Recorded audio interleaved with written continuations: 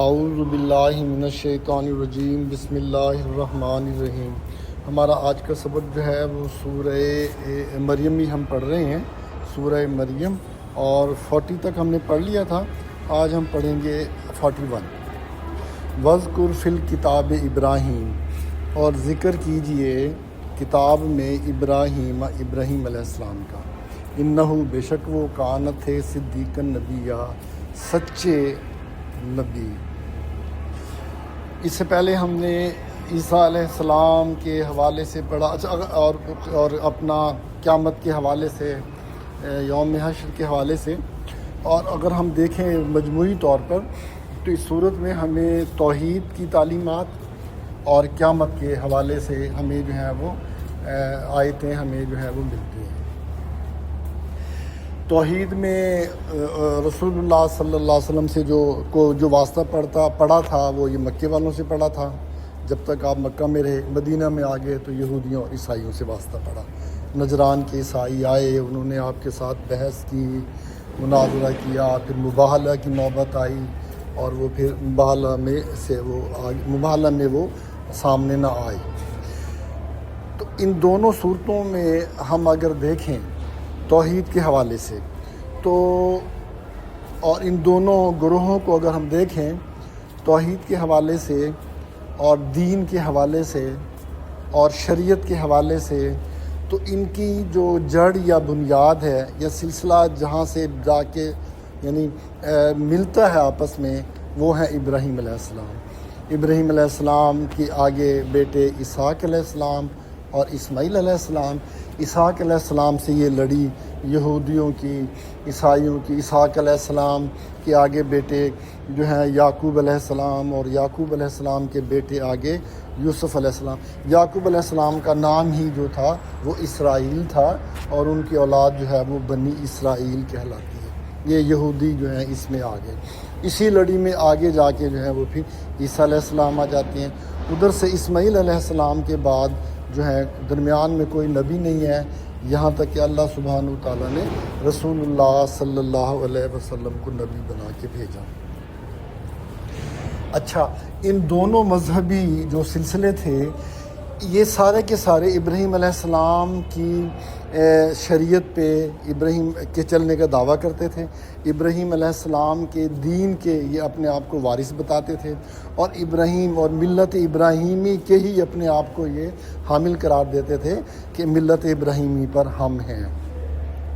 ملت ابراہیمی پر ہم۔ عیسائی اور یہودی تک، اور قرآن مجید میں اللہ نے فرمایا نا اہلو، ابراہیم علیہ السلام تو ما کان ابراہیم یہودیاں ولا نصرانیاں، ابراہیم علیہ السلام نہ یہودی تھے نہ عیسائی تھے۔ ابراہیم علیہ السلام تو تم لوگوں سے بہت پہلے آئے تھے اس دنیا میں، تم نے کیسے دعویٰ کر دیا کہ وہ ابراہیم علیہ السلام یہودی تھے یا عیسائی تھے؟ یعنی نا اہلی اور نا لائقی کی انتہا کا آپ تصور کریں کہ اپنے دین کو سچا ثابت کرنے کے لیے ایسی بے عقلی کی بھی باتیں یہ لوگ کر جاتے تھے۔ ادھر سے مکے والے تو خیر ان کے تو پاؤں زمین پہ نہیں ٹکتے تھے، بڑا انہیں گھمنڈ تھا، اور بڑا انہیں جو ہے وہ اپنے اوپر وہ ناز تھا کہ ہم جو ہیں وہ ابراہیم علیہ السلام کی اولاد ہیں، بنی اسماعیل میں سے ہیں، اور ہم جو ہے وہ ابراہیم علیہ السلام کے جو ہے ملت ابراہیمی پر ہم لوگ ہیں۔ اللہ اکبر۔ اللہ سبحانہ وتعالیٰ نے دونوں جو گروہ تھے مذہبی، اور ابراہیم علیہ السلام کی شریعت کے وہ دعوے دار تھے کہ جی ہم ہی اس شریعت کے جو وہ پیروکار ہیں، ان کی ایسی قلعی کھولی کہ ان کو بتا دیا کہ تمہارا اور ابراہیم علیہ السلام کا تو دور دور کا واسطہ نہیں ہے۔ ابراہیم علیہ السلام ایک موحد انسان تھے، ایک سچے انسان تھے۔ تم تو مشرک ہو اور تم تو جھوٹے ہو، تمہارا یہ دعویٰ ہی جھوٹ ہے کہ ہم ابراہیم علیہ السلام کے دین پر ہیں، بہت بڑا جھوٹ ہے تمہارا یہ دعویٰ۔ وہ تو سچے نبی تھے اور وہ موحد تھے، تم نے اللہ کے بیٹے قرار دیے ہوئے ہیں، تم نے ان بزرگوں کو جو ہے وہ اللہ کا ایک حصہ بنایا ہوا ہے۔ عیسائیوں، تم نے عیسیٰ علیہ السلام کو اللہ کا بیٹا بنا دیا۔ یہودیوں، تم نے عزیر علیہ السلام کو اللہ کا بیٹا بنا دیا۔ تو پچھلی آیتوں میں ہم نے دیکھا کہ اللہ سبحانہ وتعالیٰ نے عیسیٰ علیہ السلام کے حوالے سے کتنی وضاحت سے جو ہے وہ بیان جو ہے وہ قرآن مجید میں بیان نازل کیا کہ عیسیٰ علیہ السلام اللہ کے بندے تھے، اللہ ان کا خالق ہے، وہ اللہ کی مخلوق ہیں۔ ہاں ان کو شرف اللہ نے یہ دیا، اللہ نے ایک دنیا میں مثال قائم کی کہ صرف ماں کے ہوتے ہوئے بھی اولاد جو ہے وہ پیدا ہو سکتی ہے۔ اللہ اس بات پر بھی قادر ہے۔ اللہ نے جہاں آدم علیہ السلام کو بغیر ماں باپ کے پیدا کیا، اماں حوا کو بغیر ماں کے پیدا کیا، اور پھر دنیا میں سلسلہ چلا ماں باپ کے ہونے سے، ملنے سے اولاد کا پیدا ہونا، ایک مثال بچتی تھی کہ ماں ہے اور باپ نہیں ہے۔ اللہ نے وہ بھی اپنی قدرت کاملہ کا جو ہے وہ ایک مظاہرہ جو ہے وہ دنیا کے سامنے رکھا، لیکن رہے وہ اللہ کے بندے، اللہ نہیں بنے، اللہ کے بیٹے بنے، لیکن ظالموں تم نے اللہ کا بیٹا بنا دیا، تم نے معبود بنا دیا۔ تو لہٰذا جسے کہتے ہیں نا چترول، وہ بالکل ان کو جو ہے دنیا کے سامنے جو ہے وہ ان کو بالکل ان کا پردہ اٹھا دیا گیا کہ یہ ایک بالکل اپنے خود ساختہ دین کے پیروکار ہیں، انہیں ابراہیم علیہ السلام سے کوئی تعلق نہیں ہے۔ ادھر مکے والے یہ جو بڑے اپنے آپ کو فن خواہ بناتے تھے دین ابراہیمی کے ہم پیروکار ہیں، اور ہم ہی جو ہیں اصل جو ہے وہ دین پر ہیں، اور جو ہے یہ نبی جو ہے یہ نیا دین لے کر آ گیا ہے،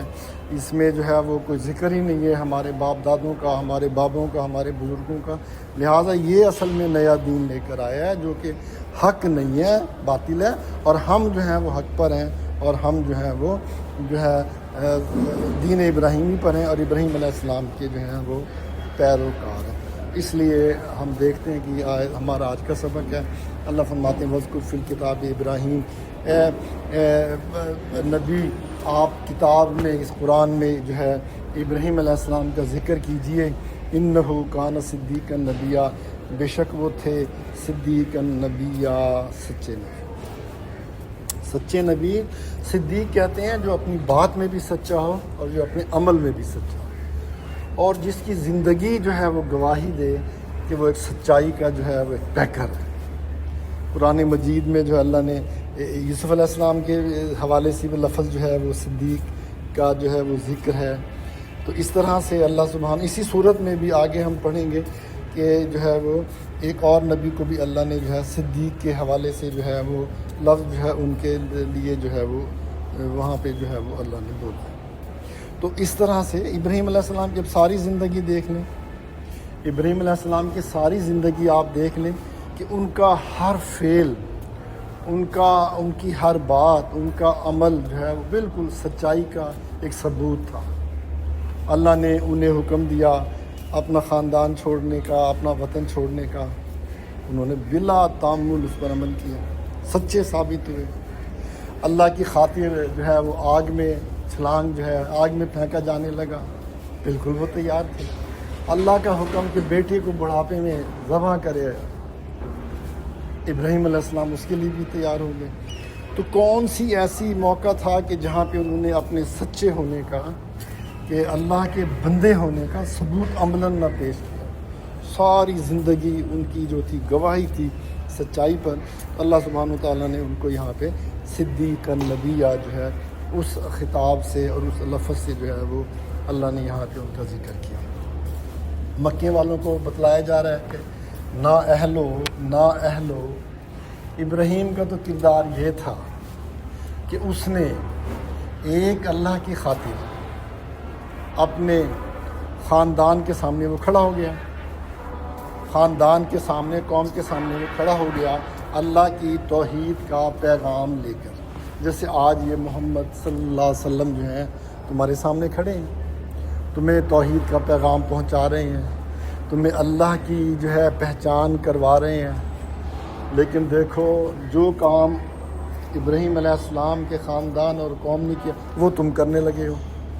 انہوں نے بھی ان کو نکالا اپنے گھر سے، اپنے وطن سے، یہی کام تم نے کیا۔ تو تم یعنی تمہارا کردار بجائے ابراہیم علیہ السلام کے ماننے والا ہونا چاہیے، تو تمہارا کردار تو ابراہیم علیہ السلام کے منکروں والا ہے۔ تم اپنے گریبان میں جھانکو کہ تمہارے قول اور فعل میں جو ہے وہ کتنا تضاد ہے۔ دعوت تم ملت ابراہیمی کا کرتے ہو، دین ابراہیمی کا کرتے ہو، اور دین ابراہیمی کے جو پیروکار ہیں ان کے تم دشمن ہو۔ یہاں اس طرح سے اللہ سبحانہ وتعالیٰ نے یہ بات بیان کی، وذکر فی الکتاب ابراہیم، اے نبی آپ ذکر کریں کتاب میں ابراہیم علیہ السلام کا، انہ کان صدیقا نبیہ، بے شک وہ تھے صدیقا نبیہ، سچے نبی۔ اگلی آیت ہے اذ قال لابیہ، جب کہا انہوں نے اپنے باپ سے، یا ابت، اے ابا جی، لم تعبدوا، آپ کیوں عبادت کرتے ہیں اس کی، لا یسمع، جو نہ سن سکتا ہے،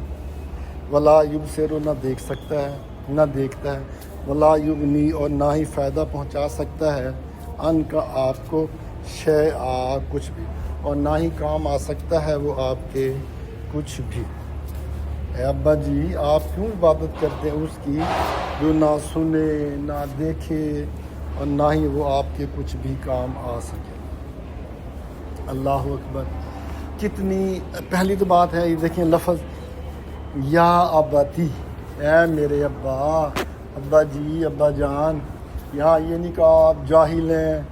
آپ مشرک ہیں، آپ جہالت کا شکار ہیں، یہ نہ، اس سے ہمیں یہ بھی سبق ملتا ہے کہ آگے کتنا ہی بندہ دین کے حوالے سے اس کے بد عقیدے ہوں،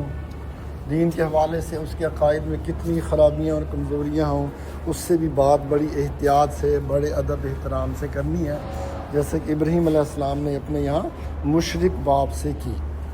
یہاں یہ بھی بات نکل آئی کہ ابراہیم علیہ السلام کا واسطہ اپنے باپ سے پڑا تھا، نہ کہ اپنے چچا سے پڑا تھا۔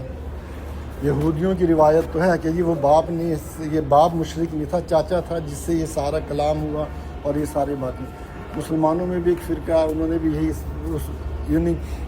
بنی اسرائیل کی اسرائیلی روایت کو اپنا لیا، تفسیروں میں بیان کر دیا، اور کہیں سے کہیں جو ہے وہ بات جو ہے وہ پہنچا دی۔ حالانکہ یہاں واضح طور پر ہے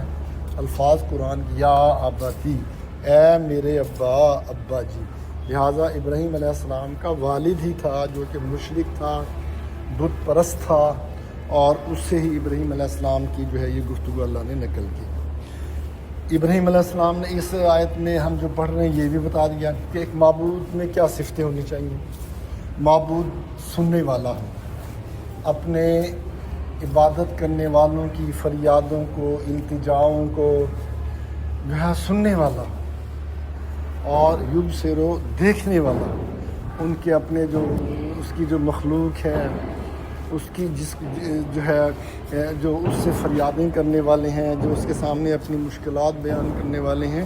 وہ ان کے حال کا وسیلہ کہ میرے یہ جو مخلوق ہے کس حال میں ہے، کس پریشانی میں ہے،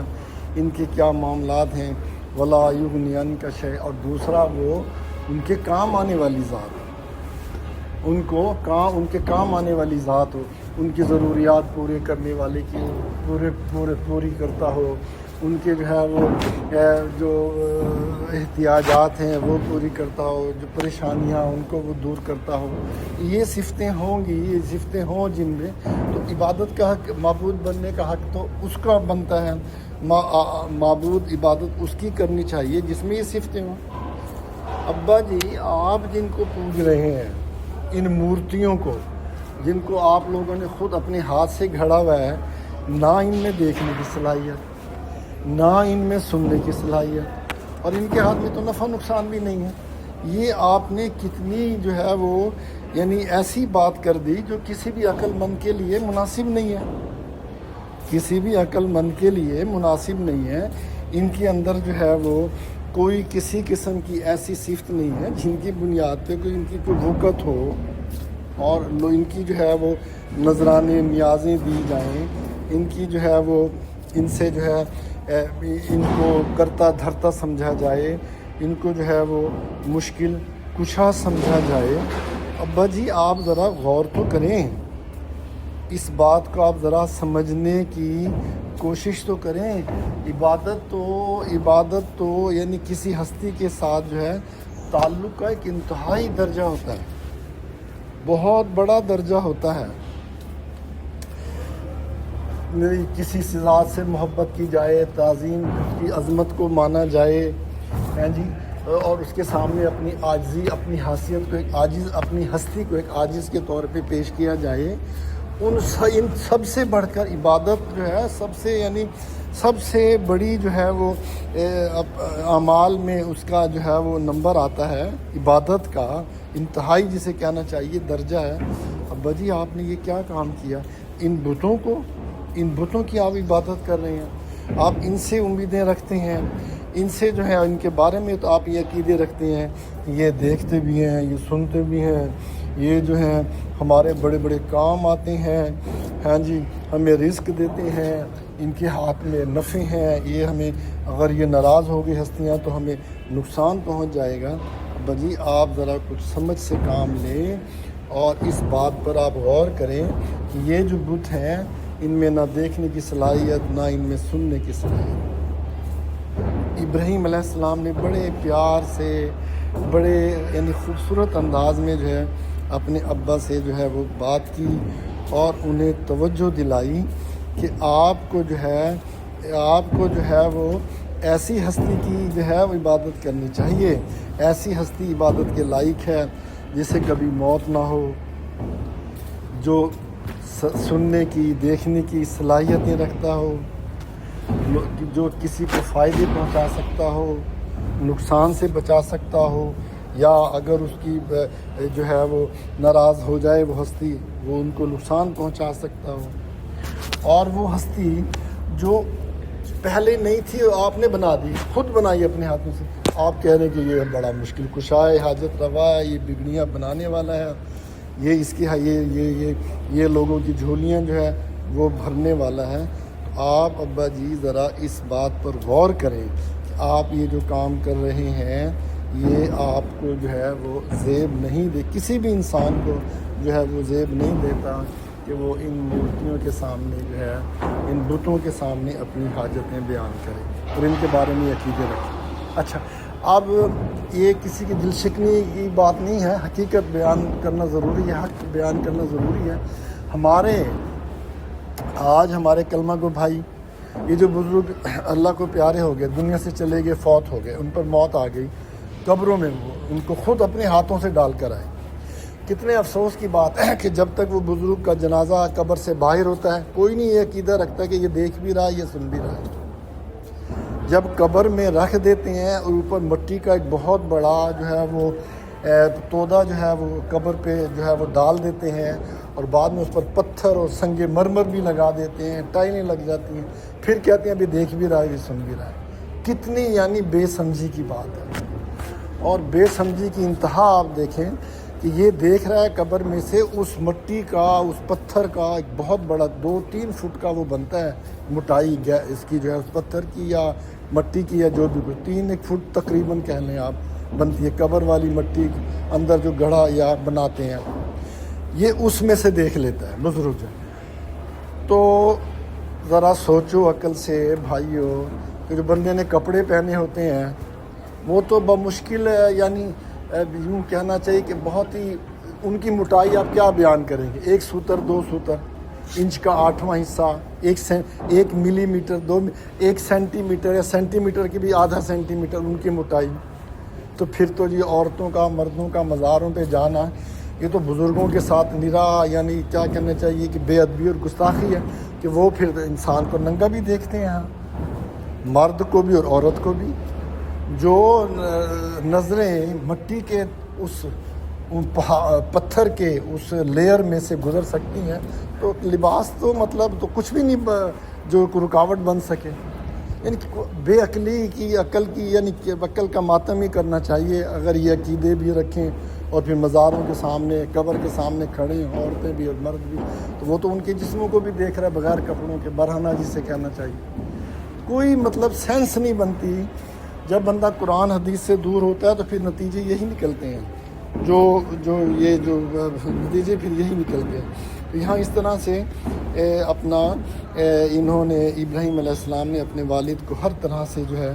وہ سمجھانے کی جو ہے وہ کوشش کی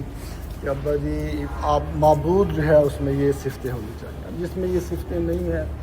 اس کی عبادت نہیں ہونی چاہیے، اس کی نذرانے نیازیں نہیں ہونے چاہیے، اس کے چڑھاوے نہیں چڑھنے چاہیے، اس کو اپنا ضرورتیں اس کے سامنے بیان نہیں ہونی چاہیے، اپنی مشکلات اس کے سامنے بیان نہیں ہونی چاہیے۔